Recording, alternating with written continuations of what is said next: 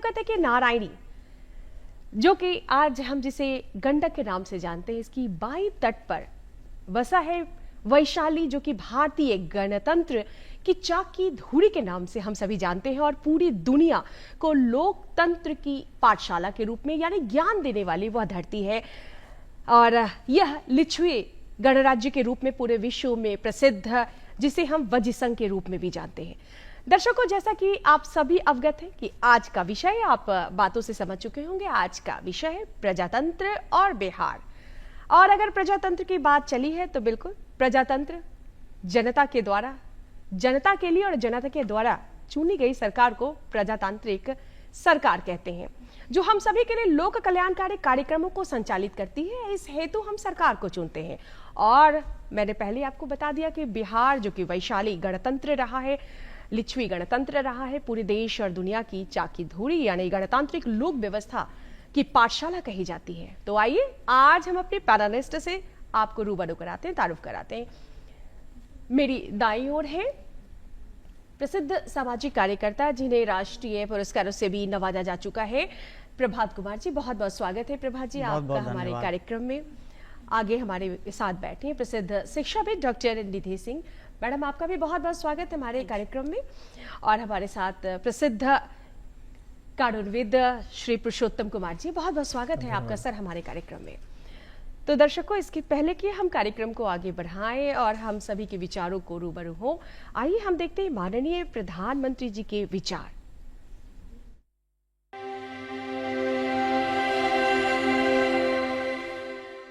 हमारे संविधान निर्माताओं ने देश को जो संविधान दिया, उसकी ताकत देखिए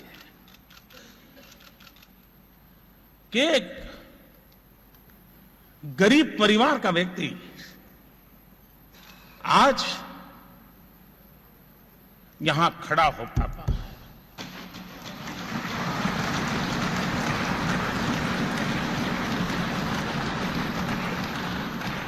ये लोकतंत्र की ताकत है, ये संविधान का सामर्थ्य है, जिसने हमें देश के सामान्य से सामान्य नागरिकों एक ताकत दी है।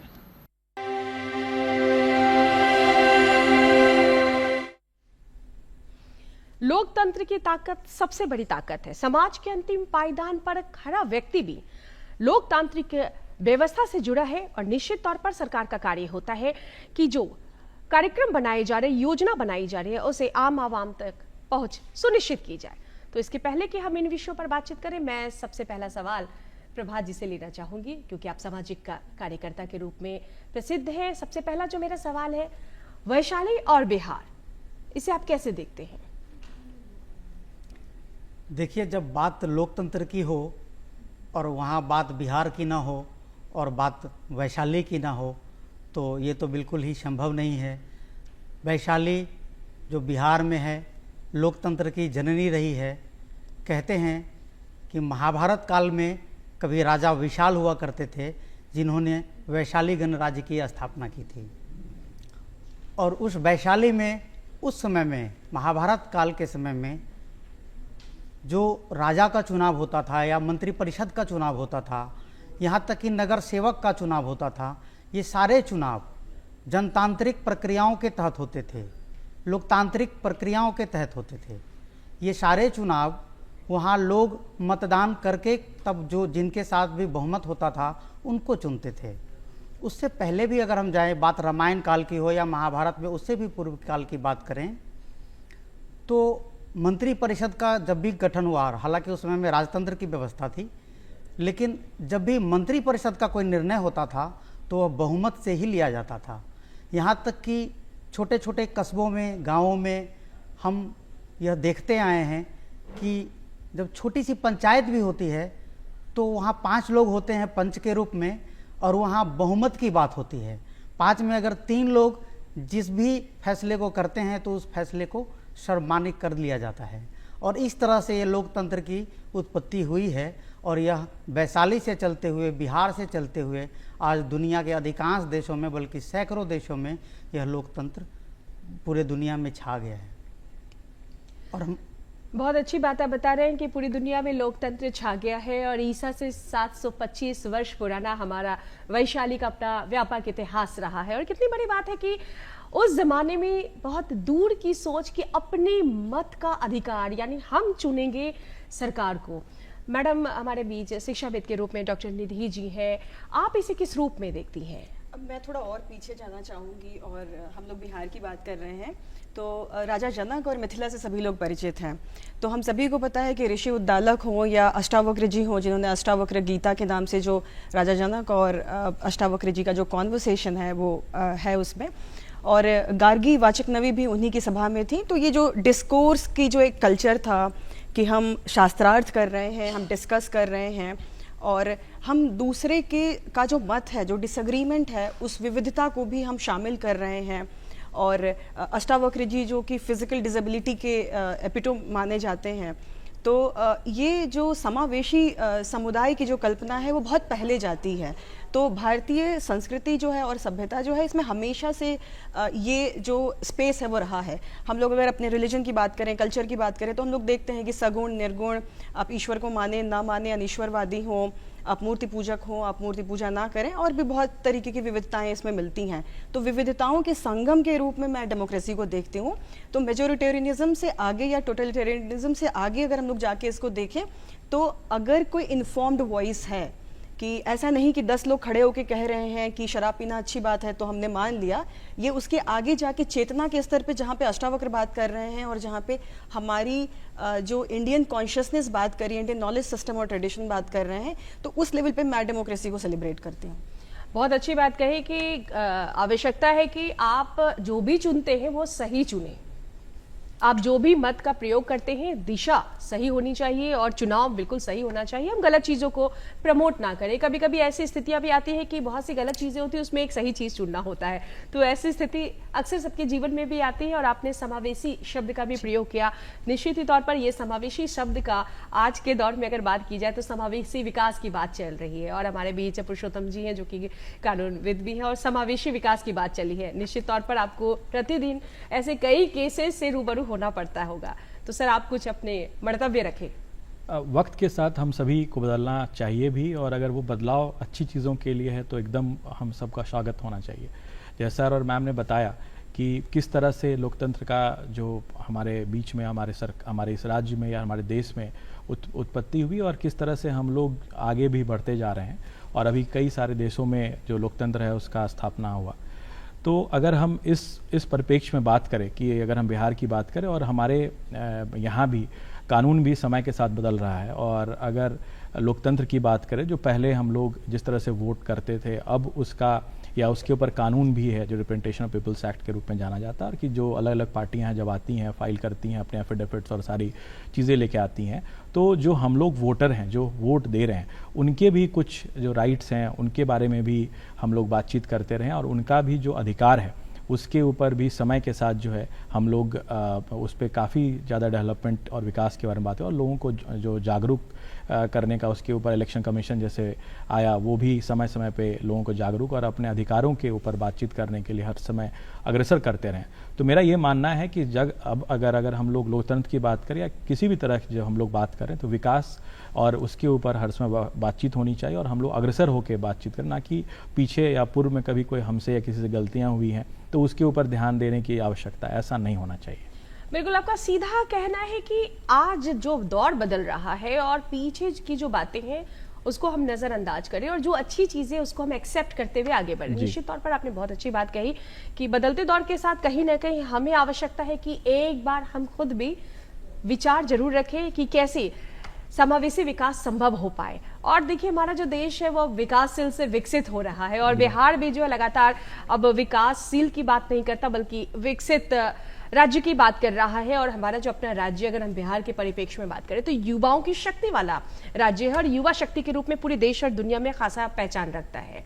तो चलिए अब थोड़ा हम बात करते हैं, हमारे बीच प्रभात जी है। प्रभात जी, एक जो महत्वपूर्ण बात है कि हम सभी अवगत हैं कि प्रजातंत्र की बात हुई, अब प्रजातंत्र की कुछ अपनी प्रणालियां हैं, हम जिन्हें चुनकर भेजते हैं, हम खुद भी उनको चुनते हैं यानी मनोनीत करते हैं। कुछ जो चुनिंदा लोग होते हैं वो भी मनोनीत करते हैं। अगर हम राज्यसभा लोकसभा की बात करें, विधानमंडल की बात करें, विधायिका की बात करें और त्रिस्तरीय जो व्यवस्था है उसकी बात करें, तो आप इसे किस रूप में देखते हैं और कैसे लोगों को चुनने की आवश्यकता है, किन सूझबूझ को रखने की आवश्यकता है? क्योंकि देखिए, आप जिस क्षेत्र में काम कर रहे हैं, आप सामाजिक परिवेश में काम कर रहे हैं, निश्चित ही तौर पर आपको समाज के विभिन्न पहलुओं से प्रतिदिन रूबरू होना पड़ता होगा, तो आप कैसे इसे देखते हैं और हमारे दर्शकों को कैसे आप समझाना चाहेंगे? देखिए, इस लोकतांत्रिक व्यवस्था में भारतीय संविधान ने इतनी खूबसूरती से त्रिस्तरीय शासन व्यवस्था की जो व्यवस्था की है, उसमें नीचे स्तर से अगर हम बात करें तो पंचायत स्तर पे भी वहाँ वार्ड सदस्य होता है, उसके बाद में वहाँ मुखिया या सरपंच होते हैं, या उसके ऊपर फिर पंचायत समिति होता है जो ब्लॉक में काम करते हैं, प्रखंड स्तर पर। उसके बाद जिला स्तर पे जिला परिषद होते हैं, या नगर निगम का नगर निकाय के चुनाव होते हैं, या नगर पालिका का। उसी तरह से विधायक और वहाँ विधान परिषद होता है राज्य स्तर पर। देश स्तर पर लोकसभा या राज्यसभा, किसी भी स्तर पर किसी भी व्यक्ति का ये अधिकार है कि वह मतदान करे, लेकिन मतदान कर देने से मात्र से काम नहीं होता है, क्योंकि जिस तरह की व्यवस्थाएं अभी बन रही है उसमें सबसे बड़ी बात है कि हमको कैसे लोगों को चुन करके लाना है। ये ज़्यादा महत्वपूर्ण है कि हमारे बीच में हम जो भी दल हैं जो अपने कैंडिडेट को देते हैं, उन दलों को भी यह व्यवस्था बनानी होगी कि साफ सुथरे उम्मीदवार हों, और तभी जनता को भी यह सेलेक्ट करने में आसानी होगी थोड़ी सी। और जनता को सेलेक्ट करना भी ऐसे चाहिए कि जो काम करने वाले हों, बिना किसी भेदभाव के, जाति पाति या जिस भी तरह के भेदभाव से ऊपर उठ करके वो किसी भी स्तर के चुनाव में अगर मतदान में भाग लेते हैं तो उस तरह के योग्य उम्मीदवार को वो चुन करके लाएं। बहुत बढ़िया, बहुत अच्छी बात कही है। और मैडम, आप शिक्षाविद हैं, निश्चित ही तौर पर युवाओं से प्रतिदिन आप रूबरू होती हैं। ऐसी स्थिति में मन लुभावन बातें बहुत आती है, आप समझ रही होंगी। जब भी चुनाव का समय आता है तो बहुत सारी बातें आती हैं सभी की ओर से, सभी पार्टियों की ओर से, सभी दलों की ओर से। और निश्चित तौर पर हम युवा या हमारे जो छोटे हैं वो भी कभी कभी निश्चित ही तौर पर अगर एक साड़ी पर एक साड़ी फ्री मिलता है तो हर कोई उसकी ओर आगे बढ़ता है। एक छोटी सी बात है। तो आप हमारे जो युवा हैं, जो नए वोटर्स हैं, और खासकर प्रजातांत्रिक व्यवस्था है, एक मजबूत लोकतंत्र का निर्माण करना है, क्योंकि हम सभी के एक एक वोट का सदुपयोग हो, ना कि दुरुपयोग हो। हम जो सरकार चुनेंगे, हम जिसे चुनेंगे वो हमारे लिए काम करेंगे। तो आप युवाओं को कैसे जागरूक करते हैं? जैसे कि हम लोग कॉलेजेस में काम करते हैं तो वहाँ पे गवर्नमेंट की बहुत सारी जो स्कीम्स रहती हैं, अवेयरनेस के प्रोग्राम्स, वो भी चलते हैं। और साथ में जो टीचर्स हैं वो उनके साथ लगातार संवाद में रहते हैं। और जो शिक्षा की पूरी प्रक्रिया है वो एक जनतांत्रिक व्यवस्था में एक इन्फॉर्म्ड सिटीजन के निर्माण की भी प्रक्रिया है। तो उसके तहत वो सारी चीज़ें तो स्टूडेंट्स के साथ, जो युवा वर्ग हैं उनके साथ डिस्कस होती हैं। यूनिवर्सिटी कॉलेजेस जो हैं वो क्रिटिकल थिंकिंग की भी जगह है, क्वेश्चनिंग की भी जगह है। तो हम उन्हें ये भी ट्रेन करते हैं कि कहाँ पे कुछ चीज़ें क्वेश्चन करने के लायक हैं। जैसे सर ने इंडिकेट किया कि कास्ट एंड कम्युनल लाइन्स पे बहुत सारी चीज़ें होती हैं, लेकिन वो आइडेंटिटी पॉलिटिक्स का हिस्सा है। अगर वो नहीं होता है तो बहुत सारे ग्रुप्स शायद रिप्रेजेंट भी ना हो पाएंगे। बिल्कुल सही। तो लेकिन साथ में ये सेंसिटिविटी और सेंसिबिलिटी जो है वो संवेदनशीलता उन युवाओं में आए कि जो लोग वोटर्स नहीं हैं, जैसे कि जो सड़क पे बेसहारा लोग जो पड़े हुए हैं वो वोटर्स नहीं हैं, उनके पास कोई आधार कार्ड और नहीं है, जो बहुत डिफरेंटली एबल्ड हैं, जो बहुत सारे ट्रांसजेंडर ग्रुप्स के लोग हैं, और इसी तरीके के बहुत छोटे छोटे इस तरीके के पैकेट्स और ग्रुप्स हमें मिलेंगे जो कि वोट देने नहीं जा पाते हैं या उनका कार्ड्स नहीं है। माइग्रेशन वाली भी जो चीज़ें हैं कि जैसे मान लीजिए कि मैं पढ़ाई के लिए दिल्ली गई हूँ और मेरा तो वोटर आईडी कार्ड यहाँ का है और मैं वहाँ पे ना वोटर हूँ और मैं यहाँ भी वोट नहीं दे पाती हूँ। तो बहुत सारी जो पार्टीज़ हैं उनके मैनिफेस्टो का मैं हिस्सा नहीं हूँ। तो इस लेवल पे अगर हम एक्टिविज्म करें जहाँ पे पार्टिसिपेटरी डेमोक्रेसी को हम और मजबूत कर पाएँ तो वो मुझे बहुत इंपॉर्टेंट लगता है कि हम इन चीज़ों के बारे में बात करें। साथ में अगर युवा हैं तो युवा के सामने शिक्षा एक बहुत बड़ी जो है वो बात है। उसके बाद रोजगार और नौकरी वाली जो चीज़ें हैं वो बात है। तो ये चीज़ें, स्वास्थ्य जो है वो बहुत इम्पॉर्टेंट है, क्योंकि वो जनरेशन है जिसके पास 2 जनरेशन का बोझ है या हो जाएगा तुरंत ही, कि एक तो उनके नेक्स्ट जनरेशन जो बच्चे उनके होंगे और दूसरे की जो उनके बुजुर्ग माता पिता हैं। तो अगर इस तरीके से हम लोग सोचें समझें और थोड़ा सा उन लोगों की भी वॉइस बने जो कि वॉइस नहीं रेज कर पाते हैं, तो इस तरीके से मैं कोशिश करती हूँ। आपने बहुत गंभीर बात कही कि हमारे ऊपर 2 जनरेशन की जिम्मेदारी है। एक तो जो हमारे माता पिता हैं पीछे हैं और एक आने वाला जो उनका जनरेशन। बहुत अच्छी बात कही, और जो आप चुनेंगे आज उस वही जो है प्रकाशित होगा आने वाले समय में।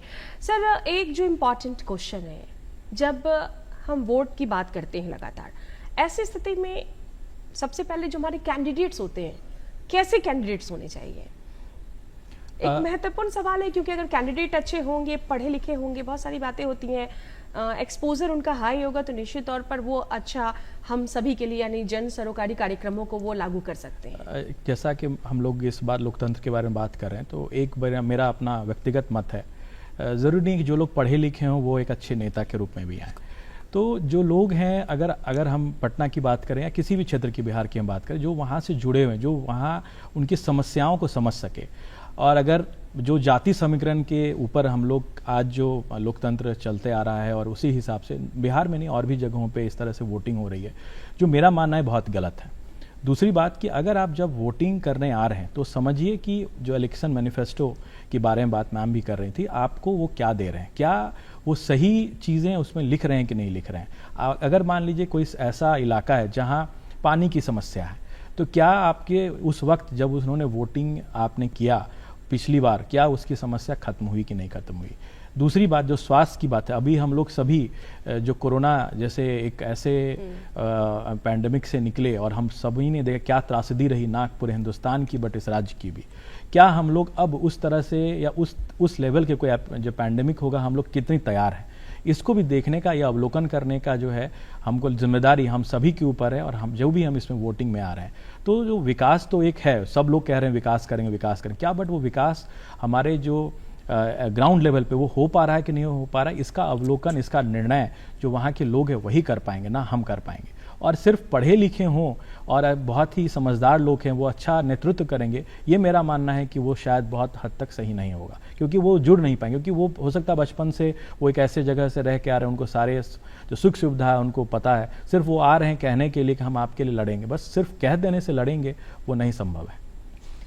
मतलब आपका सीधा कहना है कि जो ग्राउंड यानी कि जमीन से जुड़े व्यक्ति हैं वो आपकी बातों को बखूबी समझ सकते हैं, यानी घर का बच्चा है अगर कोई, तो निश्चित तौर पर आपके परिवार का कोई है, आसपास का कोई है जो आपकी बातों को, आपकी भावनाओं को समझ सके, आपकी जमीन से जुड़ा हो। अब एक जो आपकी बात से एक बहुत अच्छा सवाल आया प्रभा जी, मैं आपसे लेना चाहूंगी कि प्रजातांत्रिक व्यवस्था, लोकतांत्रिक व्यवस्था की बात हो रही है, इसमें हम प्रजाओं की क्या भूमिका है? प्रजा की तो सबसे बड़ी भूमिका है, क्योंकि अभी जैसे सर ने कहा, मैं बिल्कुल एग्री करता हूँ इनकी बातों से। और मेरा ऐसा मानना है कि लोकतंत्र में जो अभी हम कैंडिडेट सिलेक्शन की बात कर रहे थे, तो कैंडिडेट ऐसा होना चाहिए, उसका फर्स्ट क्राइटेरिया, पहला जो शर्त है वो यही होना चाहिए कि उसके अंदर विज़न हो।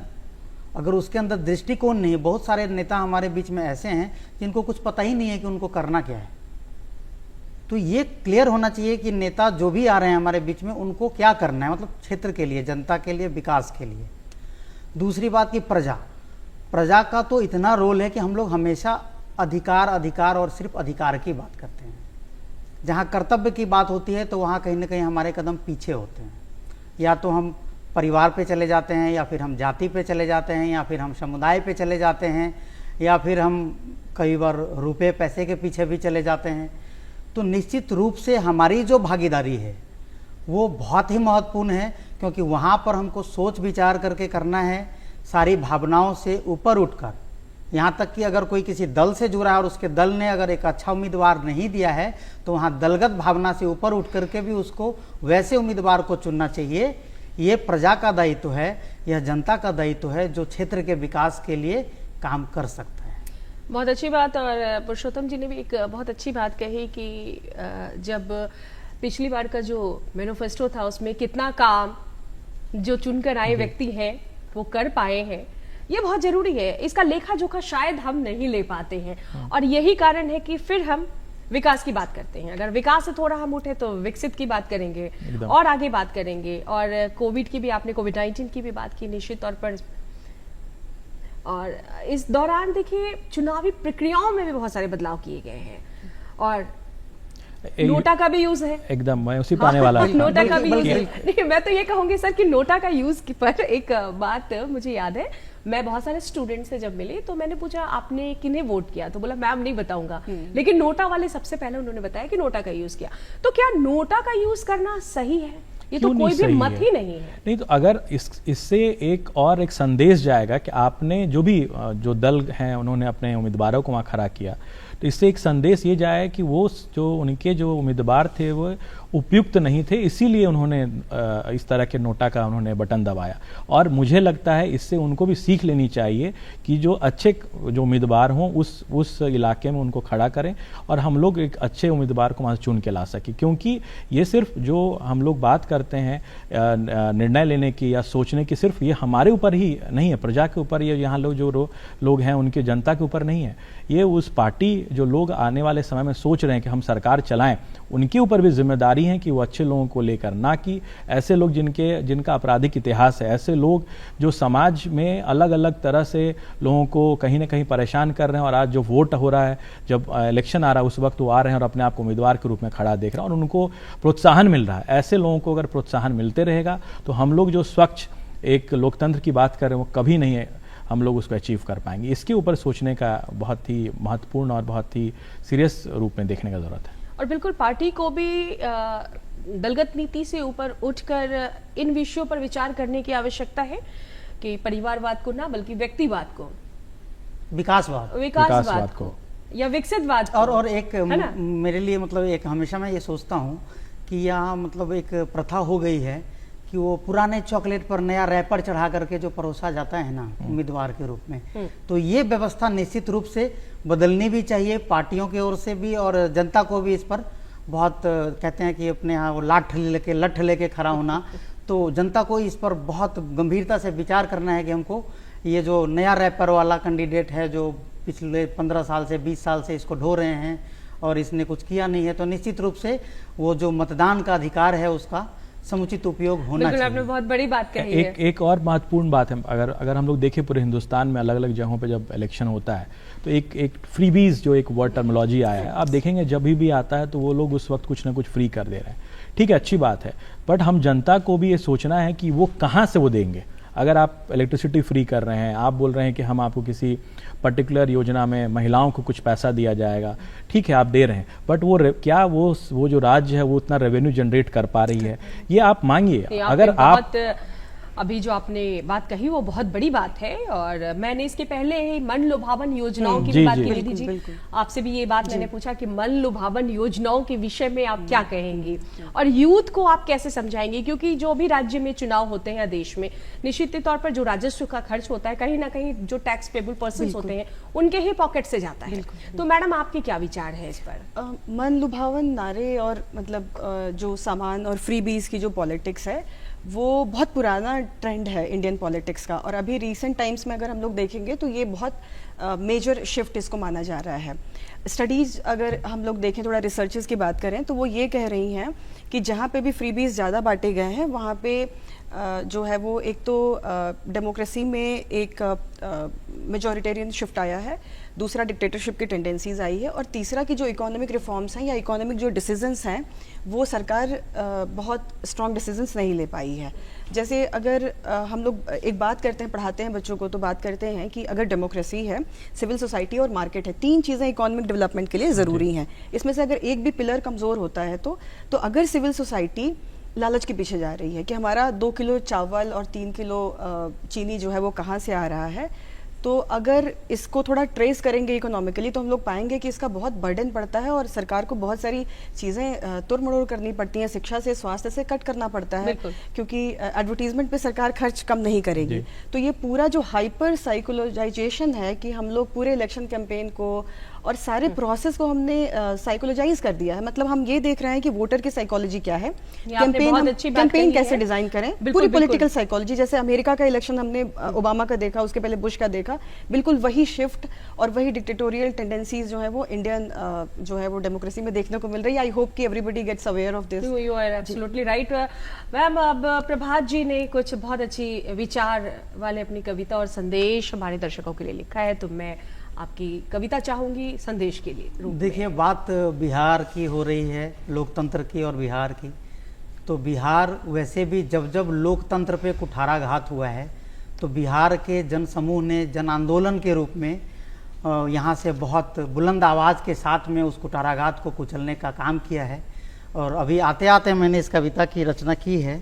ये 4 पंक्तियाँ हैं, मतलब कविता क्या 4 पंक्तियाँ मैंने अपने भाव बस इसमें लिखे हैं कि है विशाल यह लोकतंत्र, वैशाली जिसकी जननी है बिहार की गौरव गाथा, रक्षा इसकी करनी है।